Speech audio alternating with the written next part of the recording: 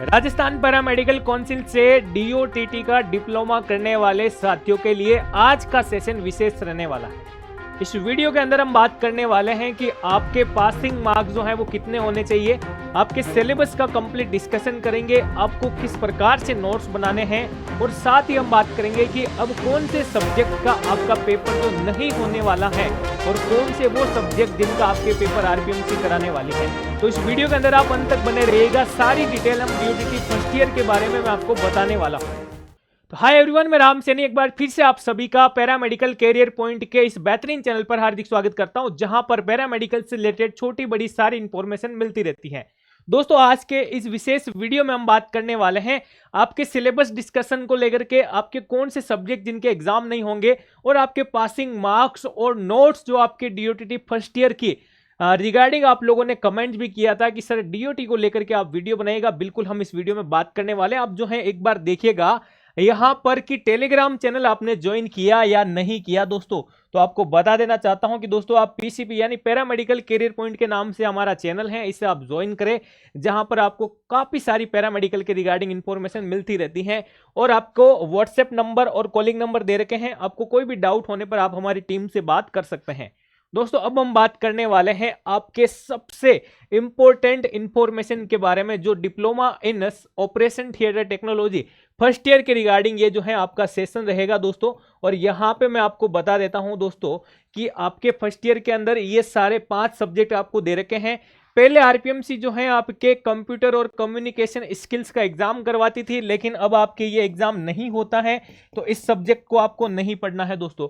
अब आपके मेनली जो थ्योरी के एग्जाम होंगे वो कौन कौन से होंगे, पहले मैं आपको उसके बारे में बता देता हूं। उसके बाद हम प्रैक्टिकल की बात करेंगे और साथ ही मैं बात करूंगा थ्योरी का पेपर कितने नंबर का आएगा, इंटरनल कितने नंबर का होगा, प्रैक्टिकल कितने नंबर का होगा, हॉस्पिटल ट्रेनिंग के रिगार्डिंग ये सारी चीजें भी हम डिस्कस करेंगे दोस्तों। तो यहां पे हम बात करते भैया आपके कि सबसे पहला पेपर जो होगा आपके एनाटॉमी और फिजियोलॉजी के रिगार्डिंग होगा। फिर सेकंड पेपर हम बात करें आपके बेसिक बायोकेमिस्ट्री, पैथोलॉजी और माइक्रोबायोलॉजी। दोस्तों, ये जो पेपर है ना दोस्तों, ये आपके साथ बहुत बड़ी बात हो गई कि भाई इसमें आपके बायोकेमिस्ट्री भी दे रखा है, पैथोलॉजी भी दे रखा है और माइक्रोबायो। इतना बड़ा पेपर, इतना बड़ा सब्जेक्ट, इसको भी किस प्रकार से पढ़ना है और कैसे आपके टॉपिक दे रखे हैं ये भी बात करते हैं। फिर आपके अगला पेपर है दोस्तों बेसिक ऑप्स और गायनेकोलॉजी के रिगार्डिंग, और फिर हम बात करें आपके general principle of hospital practice और पेशेंट केयर के रिगार्डिंग ये पोर्शन। यानी ये 4 पेपर आपके थ्योरी के होने वाले हैं। ये कितने मार्क्स के होंगे और प्रैक्टिकल किस किस का होगा, तो मैं आपको बताता हूं दोस्तों यहां पे प्रैक्टिकल के रिगार्डिंग। तो प्रैक्टिकल होगा आपके दोस्तों एनाटॉमी और फिजियोलॉजी के अंदर, बेसिक बायोकेमिस्ट्री के अंदर, बेसिक ऑप्स और गायनेकोलॉजी में ओटी इंस्ट्रूमेंट और टेक्निक का अलग से आपके दे रखा दोस्तों प्रैक्टिकल। ये कितने नंबर का है अभी अपन बात करेंगे। और हॉस्पिटल ट्रेनिंग, अब यहाँ पे देखिएगा आपके जो पेशेंट केयर और हॉस्पिटल प्रैक्टिस जो है दोस्तों, ये जो पेशेंट केयर प्लस आपके हॉस्पिटल केयर वाला जो सब्जेक्ट है दोस्तों, ठीक है, तो यहाँ पे इसका आपके जो है प्रैक्टिकल नहीं होगा, आप देख सकते हैं इसके अंदर, ठीक है, तो वो सिर्फ और सिर्फ थ्योरी का पोर्शन ही रहेगा। अब हम इसके मार्क्स के रिगार्डिंग बात करते हैं यहाँ पे कि यहाँ पे आपके जैसे सबसे पहला है एनाटॉमी और फिजियोलॉजी दोस्तों, ठीक है। अब एनाटॉमी और फिजियोलॉजी अभी मैं आपको जो है एक मार्कशीट के बेसिस पर भी बताऊंगा, मेरे दोस्त की मार्कशीट है, आपको उसके बेसिस पे बताऊंगा कि किस प्रकार से आपको मार्क्स लाने होते हैं और पासिंग मार्क्स के बारे में भी। तो एना फिजियो आपके पहला सब्जेक्ट है, उसमें आपके इंटरनल जो असेसमेंट होता है वो 30 नंबर का होता है। कितने नंबर का होता है दोस्तों? 30 नंबर का आपके इंटरनल असेसमेंट होता है। और थ्योरी का जो पेपर है वो आपके जो कंप्लीट 70 नंबर का होता है। तो 70 और 30 आपके ये जो है 100 का हो गया, लेकिन साथ में आपको प्रैक्टिकल भी दे रखा। अभी प्रैक्टिकल में मैंने आपको सब्जेक्ट बताया, तो 50 नंबर का आपके प्रैक्टिकल है। तो इसका मतलब ये कंप्लीट सब्जेक्ट सर हमारे 150 का हो गया, बिल्कुल 150 नंबर का ये हुआ है दोस्तों, ठीक है ना। तो इसी प्रकार से हम बात करते हैं आपके ये प्रैक्टिकल इसमें भी है, इसमें भी है, इसमें भी है, और इसके अंदर आपके नहीं है general principle of hospital practice patient care में, तो ये सिर्फ और सिर्फ आपके 100 का ही रहने वाला है। इसके अलावा हम बात करते हैं दोस्तों आपके कि इंटरनल असेसमेंट का मतलब सर, तो ये तो आपके कॉलेज के अंदर ही होता है, कॉलेज की तरफ से आपके जो मार्क्स भेजे जाते हैं, ठीक है ना, ये 30 में से भेजे जाते हैं। अब आता है कि फिर थ्योरी का एग्जाम, तो दोस्तों आपके थ्योरी मैंने अभी आपको बताई है 70 नंबर का, ये तो आपके आरपीएमसी के द्वारा। और फिर हम बात करें आपके प्रैक्टिकल, तो ये 50-50 नंबर के आपके प्रैक्टिकल की हमने बात की थी दोस्तों, ठीक है। और हॉस्पिटल ट्रेनिंग जो है आपके 45 नंबर की, ये जो है 45 दिनों की, ये जो है आपके 100 की, ठीक है। तो थ्योरी और प्रैक्टिकल सब मिला के 700 का पोर्शन देता है। इसको हम बात करते हैं एक मार्कशीट के बेसिस पर, ताकि आपको समझ में आए दोस्तों, ठीक है ना। तो यहां पे देखो एक सब्जेक्ट के द्वारा समझाता हूं, एनाटॉमी और फिजियोलॉजी, ये थ्योरी है दोस्तों। थ्योरी में 6 नंबर ही आ रखे हैं। अब थ्योरी कितने नंबर का है, तो थ्योरी आपके 70 मार्क्स का होता है, 70 में से 6।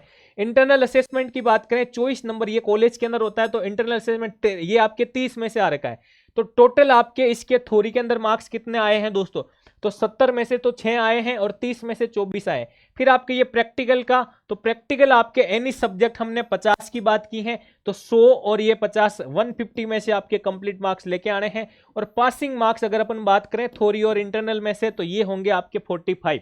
यही विशेष बात आपको ध्यान रखनी है, जो बच्चों को आजकल समझ में नहीं आ रहा है। इसके अलावा हम बात करें हॉस्पिटल ट्रेनिंग जो 45 दिनों की है, वो आपके 100 पोर्शन का है, ठीक है ना, वो आपके 100 पोर्शन का है।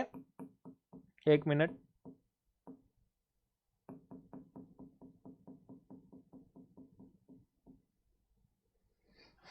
यहां से कट कर लेना थोड़ा ना, आ गया। तो हॉस्पिटल ट्रेनिंग की अगर बात करें जो 45 दिनों की होती है प्यारे दोस्तों, ये आपके 100 मार्क्स की होती हैं। और टोटल मार्क्स आपके रहते हैं डीओटी फर्स्ट ईयर में 700, यानी 700 में से आपको लेके आना है, ठीक है। तो ये मैंने आपको दोनों ही बता दिए हैं। अब ये जो अलग से आपका था, देखो जनरल प्रिंसिपल हॉस्पिटल केयर, ये 100 का ही है, बाकी ये तीनों आपके 150 का है। तो आप कर सकते हो, जैसे 150 के 3 सब्जेक्ट है, तो 150 इंटू 3, 15 × 45, 450।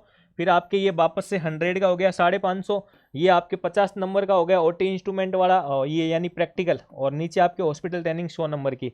तो ये कंप्लीट हो गया आपके कितने का, 700 नंबर का पोर्शन ये पूरा पूरा डीओटी फर्स्ट ईयर में हो गया। अब हम बात करें आपके दोस्तों सब्जेक्ट के बारे में, जो थ्योरी का पोर्शन आपके दे रखा है। और यहां पे हम बात करते हैं आपके पेपर 1 के अंदर दोस्तों, एनाटॉमी और फिजियोलॉजी दे रखा है।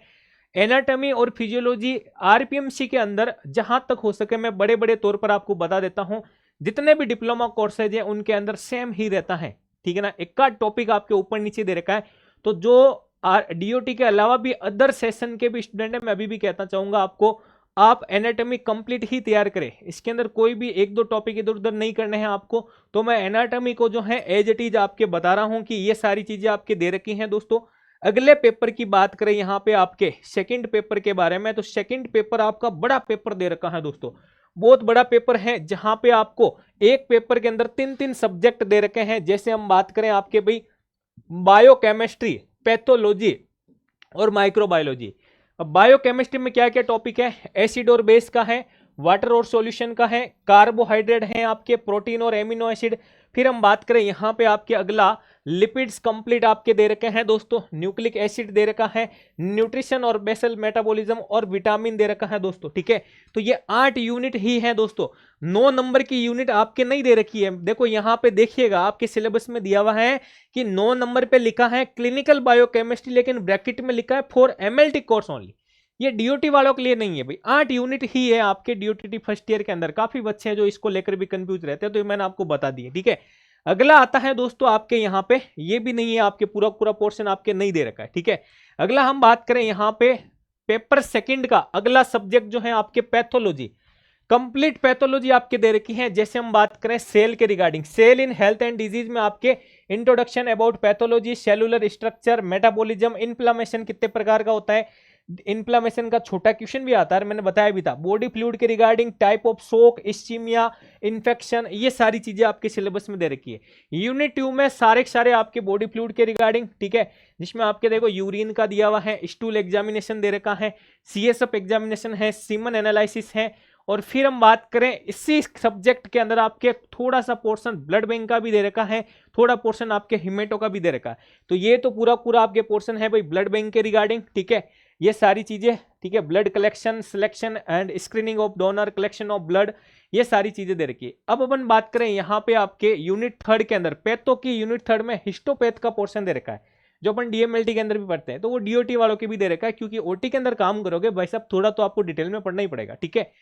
तो फिक्सेशन ऑफ टिश्यू, टिश्यू के regarding classification of fixative tissue processing, पूरी कलेक्शन है, फिक्सेशन के सारे सारे स्टेप हैं, ये सारी चीजें आपके जो है पैथो के अंदर दोस्तों दे रखी हैं भाई, ठीक है।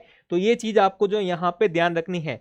अब आता है दोस्तों यहीं पे आपके थोड़ा सा पैथो के अंदर क्लिनिकल पैथोलॉजी का पोर्शन भी दिया हुआ है। अब जहां पे क्लिनिकल वर्ड जुड़ जाता है ना दोस्तों, वहां पे आपको क्लिनिकल इंपोर्टेंस लिखना होता है, बस यही अंतर है। सर क्लिनिकल इंपोर्टेंस का मतलब कि दोस्तों जब भी तुम यूरिन टेस्ट भी लगा रहे हो, सीएसएफ एग्जामिनेशन लगा रहे हो, स्टूल एग्जामिनेशन लगा रहे हो, टेस्ट लगा रहे हैं, तो वहां पे अगर नॉर्मल वैल्यू आती है तो वो हमें याद करनी है। लेकिन जब डिक्रीज हो जाता है और इंक्रीज हो जाती है वैल्यू, तो कोई ना कोई डिजीज जो है वहां पे इंडिकेट करता है, तो वो क्लिनिकल इंपोर्टेंस के बारे में आपको लिखना होता है प्यारे दोस्तों वहां पर पे, ठीक है।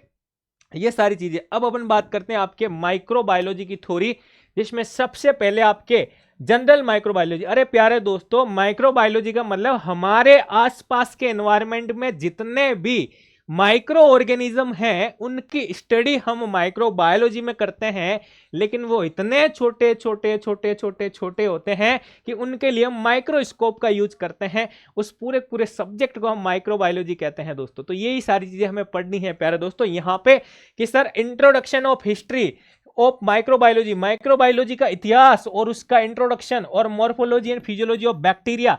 तो माइक्रो ऑर्गेनिज्म के अंदर मैंने आपको बताया था कि यहां पर पे आपके सारी चीजें आ जाती है, यानी कि इसके अंदर आपके बैक्टीरिया है, प्रोटोजोवा है, ये सारी चीजें आपको जो है माइक्रो ऑर्गेनिज्म के अंदर इंक्लूड करनी है दोस्तों, ठीक है। फिर आपके दे रखा है यहीं पे स्टेरिलाइजेशन और डिसइंफेक्शन का पोर्शन दे रखा है।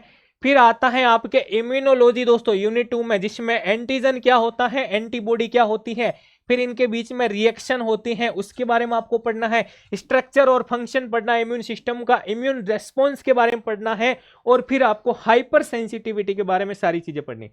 फिर आता है आपके सिस्टेमिक बैक्टीरियोलॉजी। पूरी बैक्टीरियोलॉजी को पहले आप शॉर्ट चार्ट में समझिए। क्यों दोस्तों? क्योंकि जब तुम बैक्टीरियोलॉजी पढ़ने बैठोगे ना, एक बैक्टीरिया तुम्हारे माइंड में इधर से घुसेगा, एक बैक्टीरिया इधर से घुसेगा, एक सामने से अटैक करेगा, एक पीछे से भाला फेंकेगा, ठीक है। तो आपको पता ही नहीं लगेगा भाई साहब कौन सा पॉजिटिव है, कौन सा नेगेटिव है, कौन सा क्या है। तो पहले इनका बढ़िया सा चार्ट बना के इनको समझो कि तुम ये बैक्टीरिया हो, तुम ये बैक्टीरिया हो, उसका चार्ट अपने टेबल के सामने लगाओ। घूमते फिरते, इंस्टाग्राम चलाते, चाय पीते पीते सारे एक एक बैक्टीरिया का नाम आप याद करो, और जब तुम्हारे सारे दोस्तों के बारे में आपको याद हो जाता है ना, तो फिर उसकी आप जो है सारी एबीसीडी भी जान लेते हैं भाई, है ना। तो इसी प्रकार से हम सिस्टेमिक बैक्टीरियोलॉजी को पढ़ सकते हैं दोस्तों। मैंने आपको पहले भी कहा था इंटरेस्ट लेके पढ़ेंगे सारे बैक्टीरिया अपनी तरफ, वरना वायरस तुमसे नाराज, बैक्टीरिया तुमसे नाराज, और तुम अकेले खड़े रह जाओगे और एग्जाम आपके आ जाएंगे, ठीक है।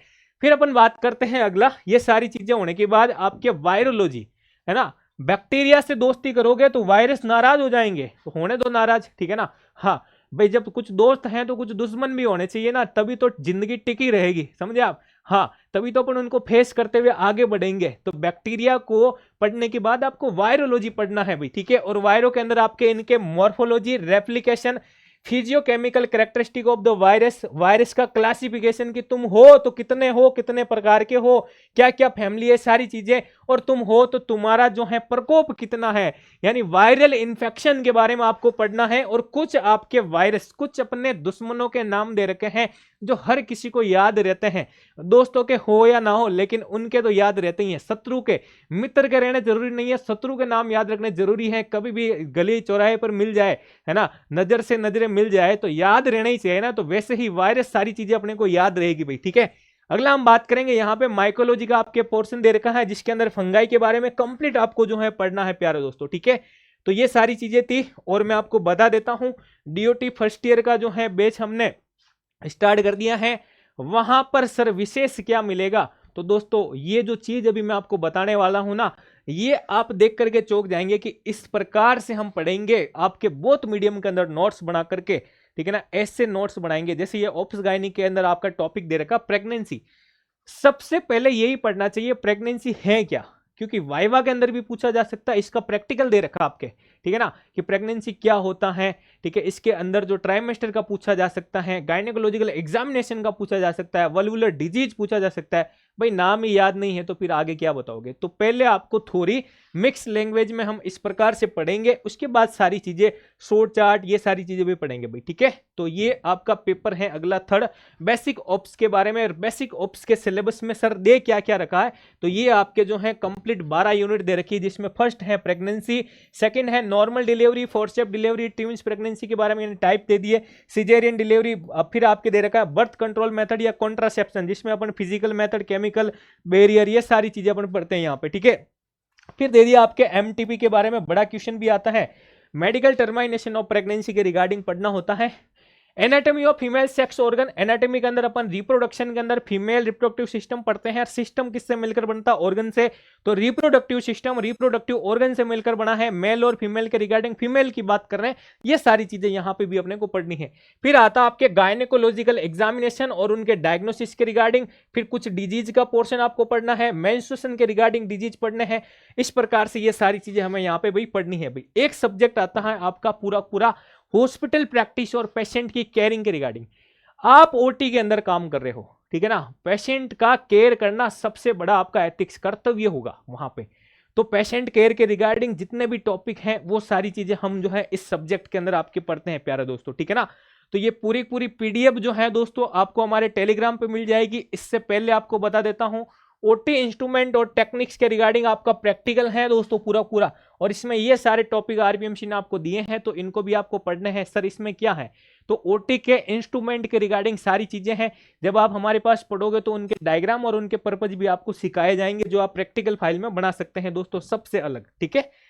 तो अब हम बात करते हैं एप्लीकेशन के बारे में। तो आप एप्लीकेशन को जरूर डाउनलोड करें, इसे विजिट जरूर करें दोस्तों। क्यों, क्योंकि देखो तैयारी तो सभी लोग करते हैं, लेकिन एक बेहतरीन तैयारी, एक बेहतरीन आपको मैं डायरेक्शन की बात कर रहा हूं, आपको कंटेंट की बात कर रहा हूं, आपके रिजल्ट की बात कर रहा हूं, वो एक जर्नी जो है वो डिसाइड करवाती है पीसीपी के साथ में जुड़े रहने से।